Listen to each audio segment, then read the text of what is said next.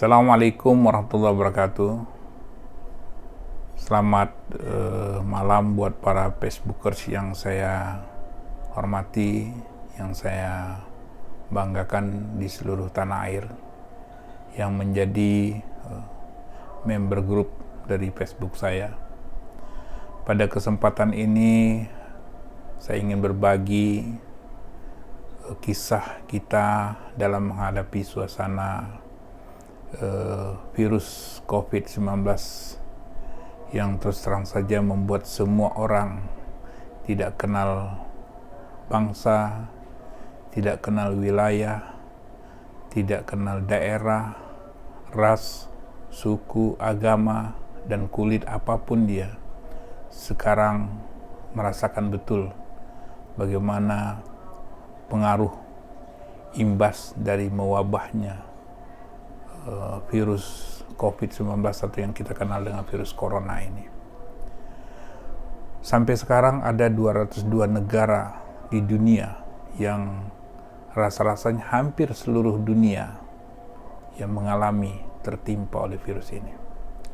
Sungguh sebuah kejadian yang luar biasa yang sepanjang abad mungkin belum pernah kita rasakan kondisi seperti ini.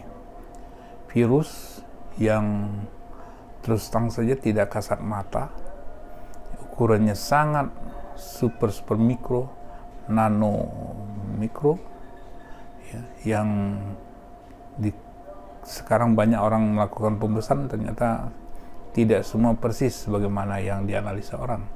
Dan sampai hari ini belum ada satupun antivirus yang dihasilkan untuk menangkal virus yang mewabah ini.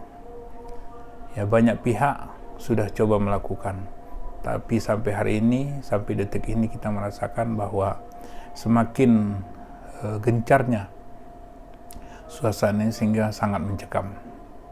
Ratusan ribu orang sudah, bahkan mungkin bisa terhitung jutaan kalau masuk kategori orang dalam pemantauan. Kemudian juga yang pasien dalam pengawasan serta positif corona sudah tidak terhitung jumlahnya. Ya. Amerika menempati urutan pertama dengan ratusan ribu yang mengalami positif, bahkan meninggal sudah puluhan ribu orang. Begitu juga di tanah air kita. Ya, tadi telah disampaikan oleh juru bicara pemerintah bahwa ada 1.700-an orang yang positif corona dan 170 yang meninggal dunia. Itu artinya kalau kita hitung dari rata-rata kematian, jumlah yang persentasenya cukup besar dibandingkan rata-rata dunia.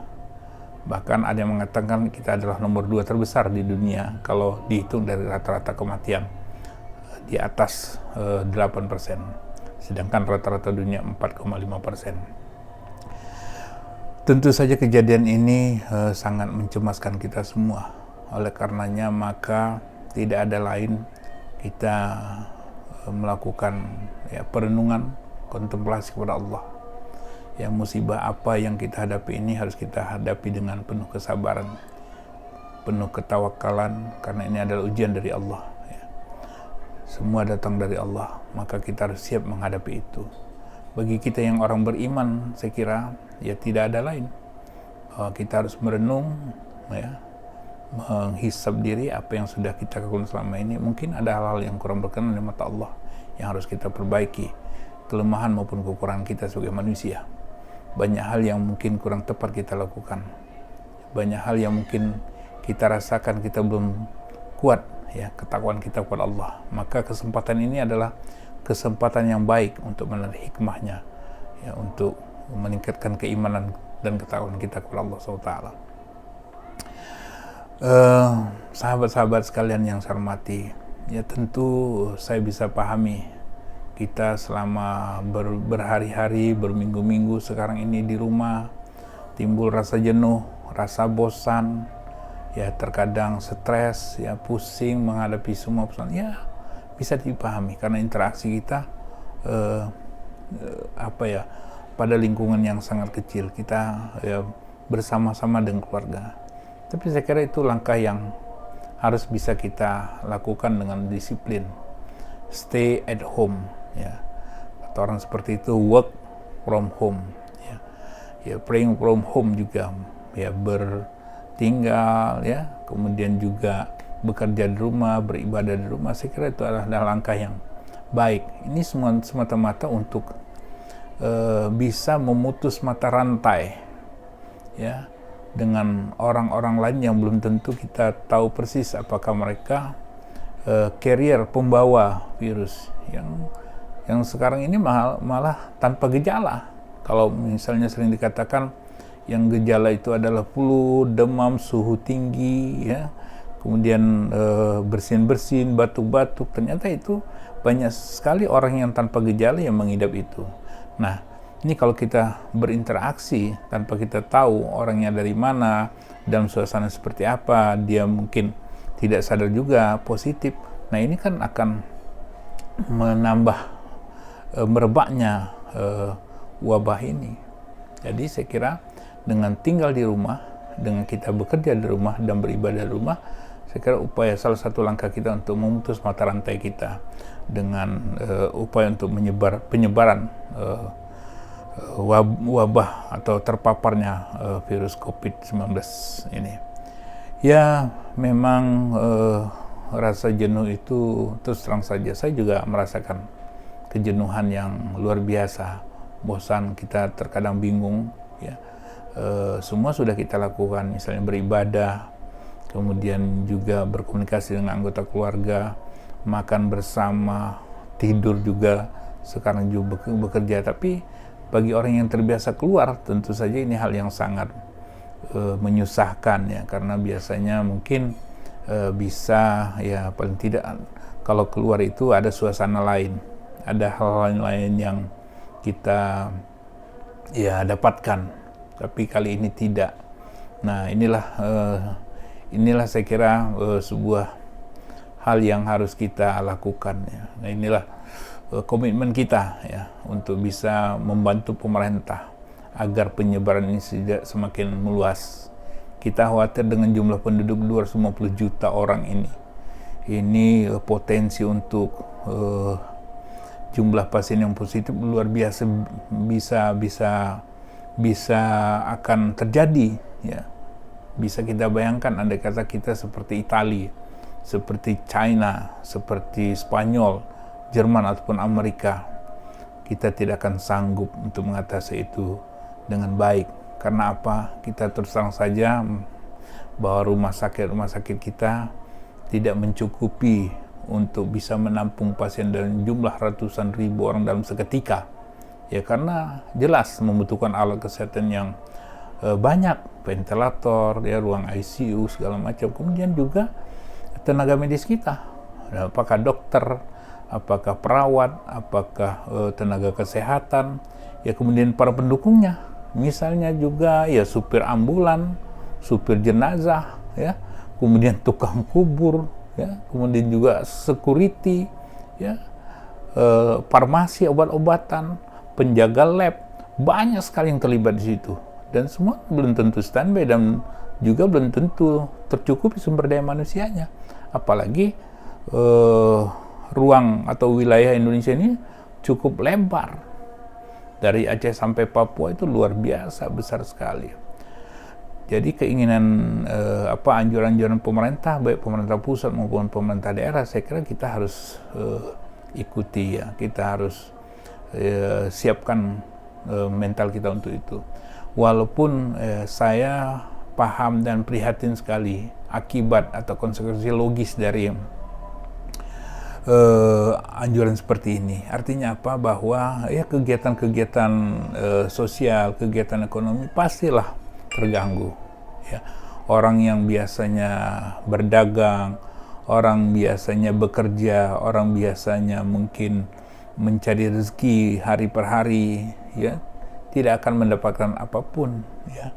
Nah, ini hal yang perlu menjadi perhatian semua pihak. Saya kira pemerintah juga harus memikirkan rakyat yang seperti ini, rakyat-rakyat kecil kita yang jelas terganggu ekonominya, yang mengharapkan upah sehari-hari. Mereka sekarang kalau stay at home, artinya semua di rumah, sedangkan mereka mendapatkan penghasilan per hari, ya ini sangat menyusahkan, ya. Bisa jadi kita tidak berharap mereka terganggu kehidupannya. Oleh karenanya saya berharap kepada para pemerintah dan juga para masyarakat yang berlebih, donatur, agnia, kaum dermawan, mari kita bantu masyarakat kita. Ya, abang-abang ojol, tukang sayur, tukang taman, pembantu rumah tangga, kemudian juga mungkin cleaning service atau masyarakat-masyarakat kecil lainnya yang tidak bisa berdagang, ya, keliling, tidak bisa jaga toko, ya. Semua pihak lah yang umumnya marginal, ya. Ini sangat prihatin, ya. Juga orang-orang yang mungkin berpenghasilan tetap juga mungkin juga terganggu ekonominya, ya. Jadi semua pihak harus menyadari ini sebuah kondisi yang tidak main-main. Ini betul-betul post major, ya, keadaan yang luar biasa yang kita harus berpikir komprehensif menyelesaikannya, ya.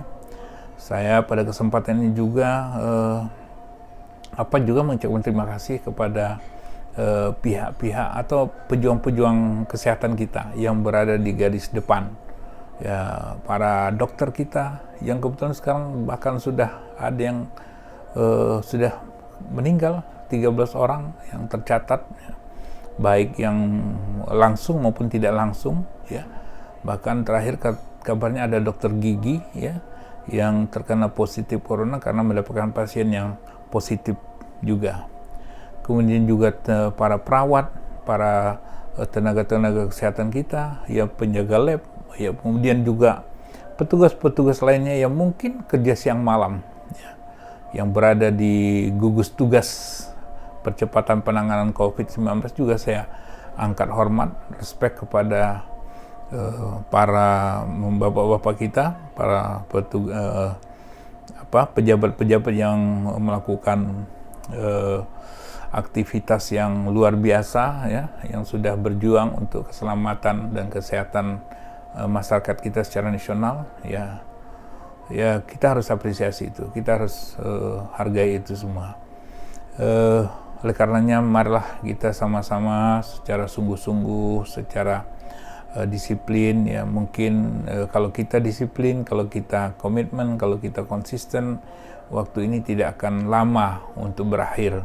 Karena di Wuhan sendiri, di China sendiri sudah sekian lama, ternyata sekarang sudah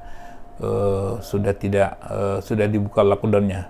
Artinya sudah bisa beraktivitas sebagaimana biasa karena mereka sudah stuck untuk penderita positif coronanya, ya. Apalagi di beberapa negara masih belum terselesaikan, begitu juga negara kita, ya.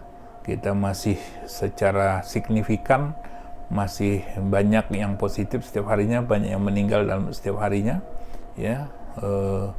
Inilah yang harus kita bersama, kita bantu bersama. Kita harus saling dukung, harus saling memberikan semangat, harus saling mau care, peduli sesama, ya. Yang saya kira itulah yang menguatkan kita bersama, ya. Kita sebagai sebuah bangsa insya Allah dijauhkan dari segala musibah ini, ya, segera virus corona sirna dari bumi negara yang tercinta ini.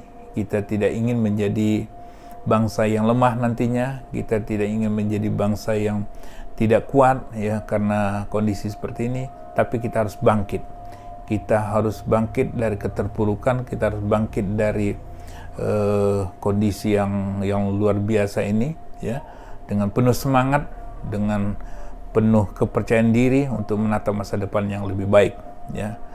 Akhirnya kita terpulang kepada Allah SWT, ya, agar semuanya Allah berikan rahmat kasih sayangnya pada seluruh masyarakat dan bangsa kita yang tercinta ini. Semoga selamat, sehat, ya, baik jiwa,